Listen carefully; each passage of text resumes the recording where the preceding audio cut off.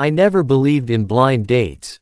To me, they were awkward setups where two strangers pretended to be interesting while silently planning an escape. That Friday evening, I had already decided I'd stay home, order takeout, and binge-watch something mindless.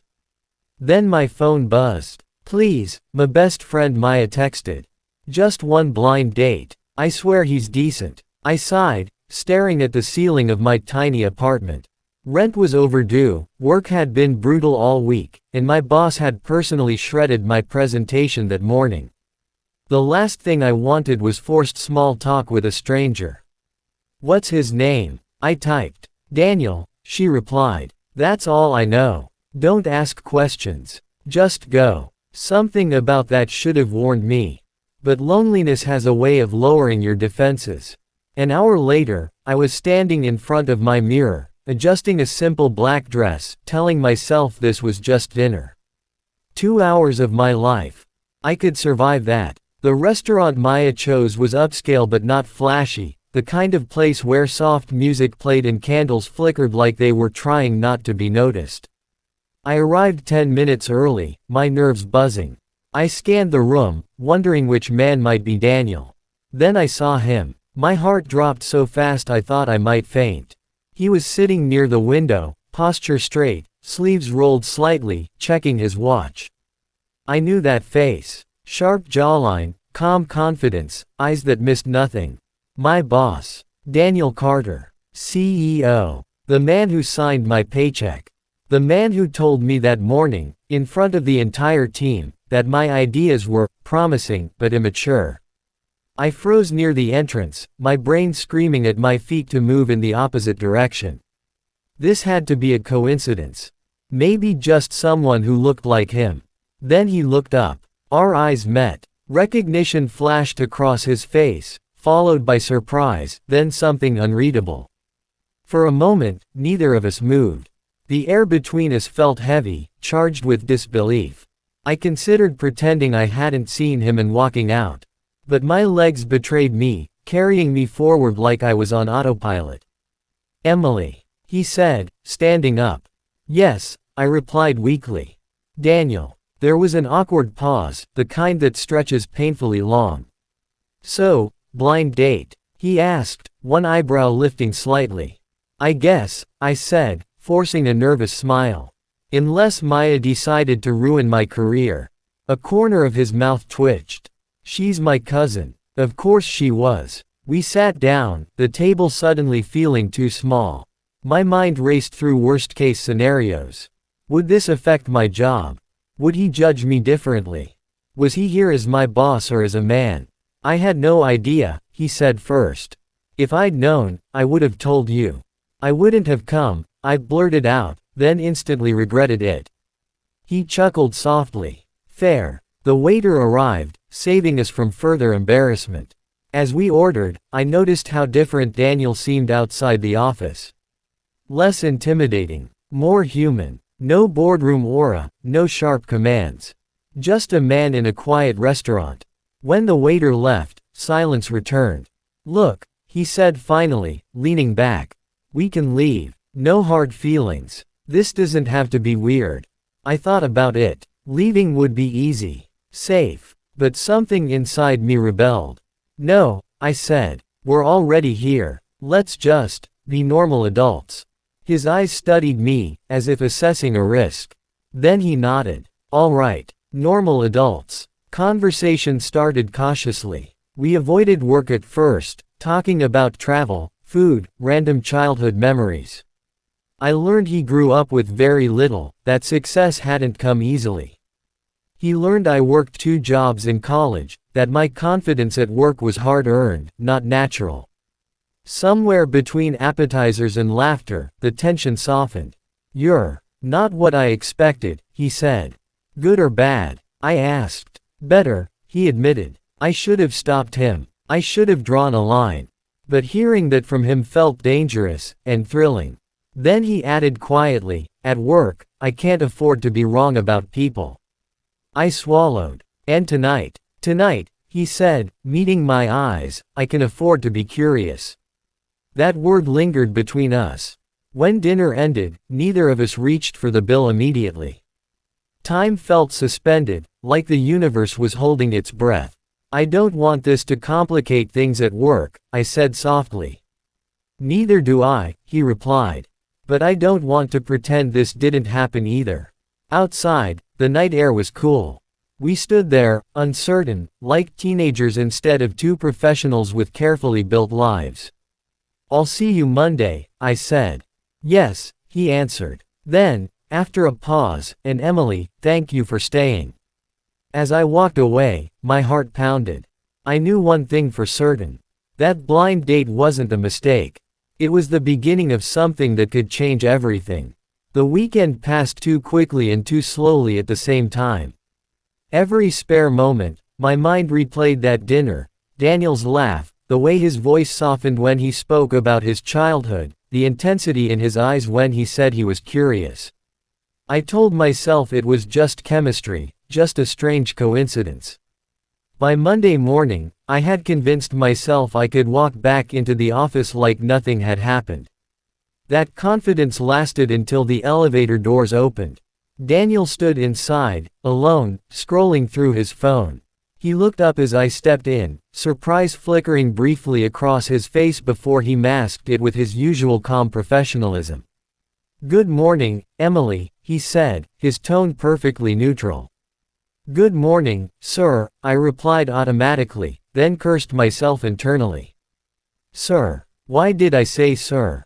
The elevator doors slid shut, trapping us in a silence so thick I could almost hear my heartbeat. We stood on opposite sides, not looking at each other, both pretending the space between us wasn't charged with something unspoken. When the doors opened again, we walked out separately, like strangers. At my desk, I tried to focus on emails, but my thoughts kept drifting. Every time footsteps passed by, I looked up, half expecting him.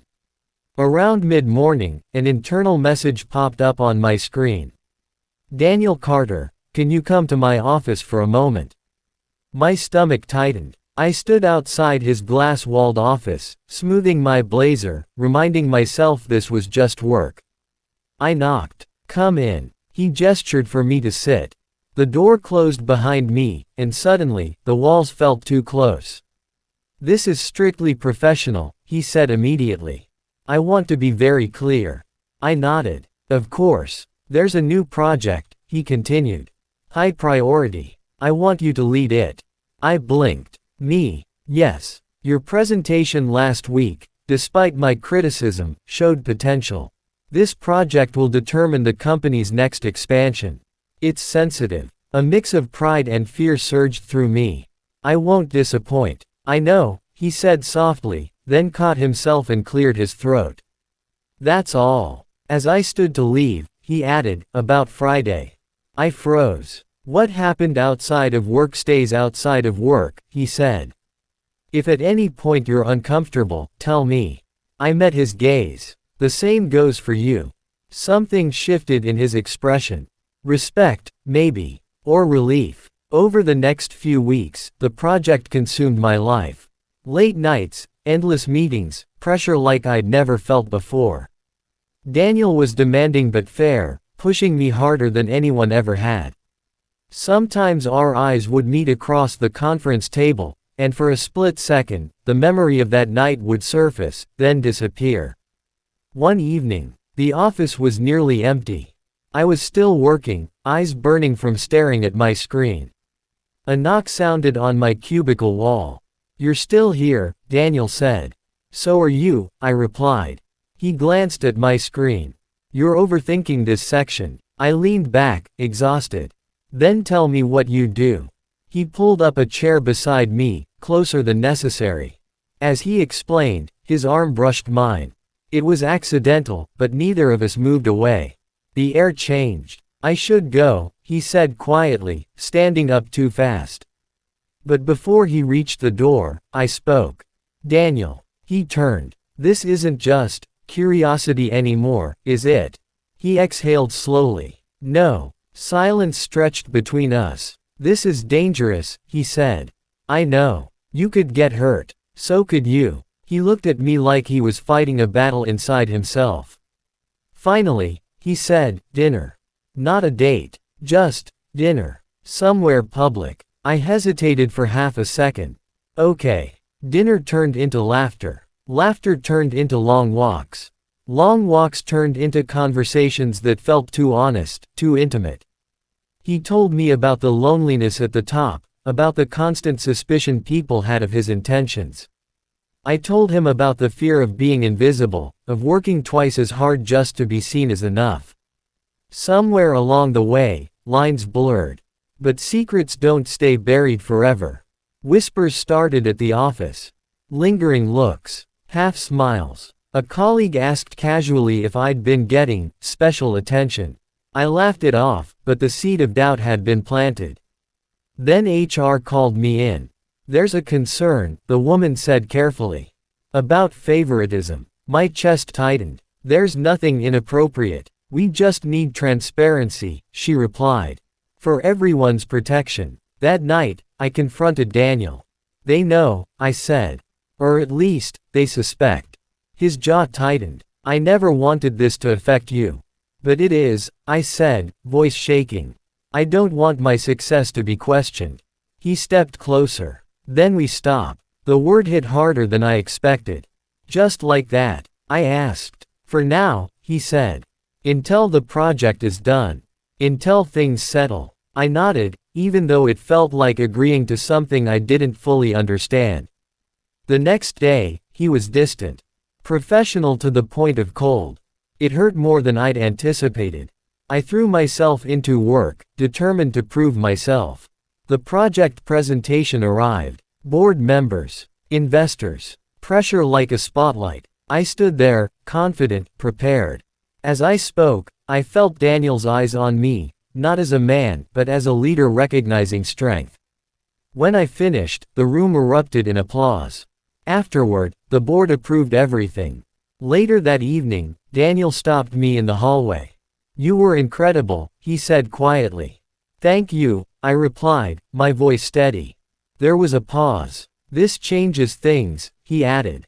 I looked at him. "Does it?" Before he could answer, someone approached, interrupting us. The moment passed. As I walked away, I realized something important. I wasn't just falling for my boss.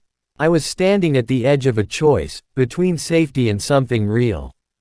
The promotion email arrived at 7:12 a.m. I stared at my phone, rereading the subject line until the words finally sank in. Senior Project Lead. Effective immediately. My hands trembled, not from disbelief, but from the weight of what it meant. I had earned this. Every late night, every quiet doubt, every moment I chose professionalism over comfort had led here. By the time I reached the office, congratulations were already pouring in. Smiles, handshakes, polite envy. I accepted them all with grace, even though part of me was searching the room for one face in particular. Daniel wasn't at the morning meeting. When he finally appeared later, he looked different.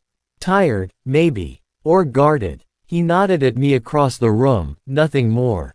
No private praise. No lingering look. Just distance. It hurt more than I expected. The days that followed were intense. My new role came with visibility and scrutiny. Every decision I made felt magnified. I worked harder than ever, determined that no one would ever whisper that I didn't deserve my position. One evening, as I was packing up, my phone buzzed. "Daniel, can we talk?"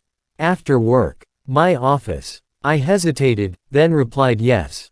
His office lights were dim when I arrived. He stood by the window, city lights reflecting in the glass. For a moment, neither of us spoke. "I'm stepping down as CEO," he said finally. The words knocked the air from my lungs. "What?" "I'm selling my controlling shares. The board has been pushing for months." I accelerated the decision. "Why would you do that?" I asked, my voice barely above a whisper. He turned to face me. "Because I'm tired of living like every human feeling is a liability." I stared at him, trying to process. "And this has nothing to do with me." A pause. "Too long. I never wanted to be the reason your achievements were questioned," he said. You deserve a career free from shadows. My chest tightened. So you're just leaving? Yes. In 2 weeks. The finality in his voice scared me more than the news itself. What about us? I asked, the question escaping before I could stop it. He looked at me then, not as a boss, not as a CEO, but as the man from that blind date. Vulnerable. Honest. That's why I asked you here, he said. Because for the first time in my life, I don't want to hide behind a title. Silence filled the room, heavy and fragile. I care about you, he continued. Not because you work for me. Not because you impressed a board. Because you're you. Tears stung my eyes, surprising me. I spent so long proving I was strong enough on my own, I said. I forgot that choosing someone doesn't mean losing yourself. He took a step closer. I would never want to be your cage. I met his gaze. Then don't be. A week later, the office buzzed with news of Daniel's resignation. Shock. Speculation. No one knew the full truth. And they didn't need to. On his last day, he stopped by my desk. Lunch? He asked casually, like it was the simplest thing in the world. I smiled. As long as it's not a blind date. He laughed, the sound free and genuine. No more surprises. Months passed. I thrived in my role. Grew into my confidence. Learned to lead without fear. And somewhere between busy days and quiet nights, Daniel and I built something real, slowly, carefully, without secrecy. One evening, as we walked through the same restaurant where it all began, he reached for my hand. You know, he said, that blind date changed my life. It almost ruined mine, I teased. But instead, he said softly, it gave us both something we didn't know we were missing. I squeezed his hand, looking ahead instead of back. Because sometimes, the best stories don't begin with a plan. They begin with a risk. And this time, I was ready to choose it.